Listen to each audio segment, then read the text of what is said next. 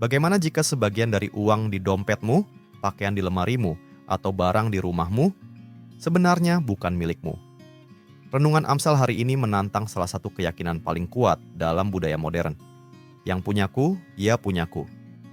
Tetaplah bersama kami, karena kebenaran sederhana ini bisa mengubah cara kamu melihat harta dan kepemilikan selamanya. Amsal pasal 3, ayat 27. Janganlah menahan kebaikan daripada orang-orang yang berhak menerimanya, padahal engkau mampu melakukannya. Apa yang kamu berutang kepada sesamamu? Ketika Alkitab berbicara tentang melakukan kebaikan, itu tidak hanya berarti bersikap baik, tapi juga berbicara tentang barang dan harta yang nyata. Coba pikirkan, apakah kamu mengenal seseorang yang sudah tua dan tidak mampu membersihkan rumahnya sendiri? Atau tetangga yang kesulitan membiayai pendidikan anak-anaknya? Jika Tuhan telah mempercayakan kepadamu lebih banyak, firman Tuhan berkata, itu bukan hanya untuk disimpan, tetapi untuk dibagikan. Frasa Ibrani yang diterjemahkan sebagai kepada siapa yang berhak menerimanya sebenarnya berarti para pemilik yang sah.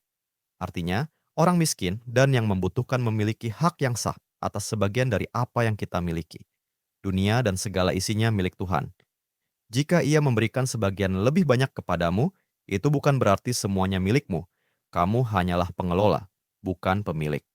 Seperti yang tertulis dalam Mazmur pasal 145 ayat 9. Tuhan itu baik kepada semua orang dan penuh rahmat terhadap segala yang dijadikannya. Dan dalam Mazmur pasal 145 ayat 14, Tuhan itu penopang bagi semua orang yang jatuh dan penegak bagi semua yang tertunduk. Itulah hati Tuhan, murah hati, penuh belas kasih, dan peduli terhadap mereka yang membutuhkan. Gereja mula-mula memahami hal ini dengan sangat mendalam. Salah satu bapak gereja, Basilius Agung, menulis kata-kata yang menegur dan menginspirasi. Roti yang kamu simpan adalah milik orang lapar. Pakaian di lemarimu milik orang telanjang. Sepatu yang kamu simpan milik orang tak beralas kaki. Emas yang kamu sembunyikan milik orang yang membutuhkan. Dan setiap kali kamu mampu menolong tetapi menolak, kamu sedang berbuat salah kepada mereka. Sungguh kuat, bukan? Itu berarti kemurahan hati bukan sekadar amal, tetapi keadilan. Memberi bukanlah pilihan tambahan bagi orang beriman.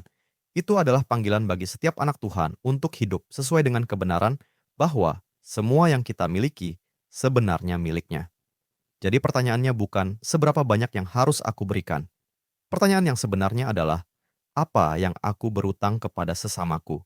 Mari kita berhenti bentar dan mikir, harta atau barang apa dalam hidupmu yang sebenarnya menjadi milik orang lain di mata Tuhan?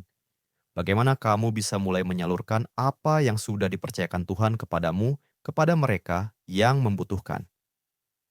Mari kita berdoa bersama. Bapa, dunia di sekitar kami mengajarkan bahwa uang dan harta adalah milik kami sepenuhnya. Namun firman-Mu mengingatkan bahwa semuanya adalah milik-Mu. Ajari kami untuk hidup sebagai pengelola, bukan pemilik. Tolong kami untuk memegang berkat-Mu dengan tangan yang terbuka dan untuk memberi dengan sukacita seperti Kristus yang menaburkan kasih karunia-Nya kepada kami. Amin.